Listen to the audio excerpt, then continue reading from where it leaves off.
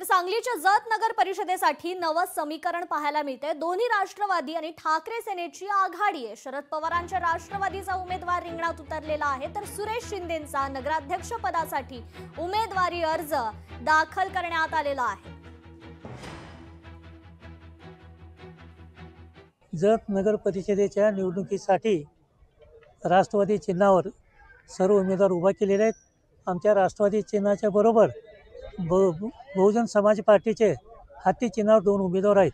असे एकूण 24 उमेदवार आपले बसप आणि राष्ट्रवादीच्या मार्फत अजित पवार गटाचे आहेत आणि हे सगळे लोक आणि उभाटाने आम्हाला पाठिंबा दिला आहे उद्धव बाळासाहेब ठाकरेच्या अध्यक्षतेने।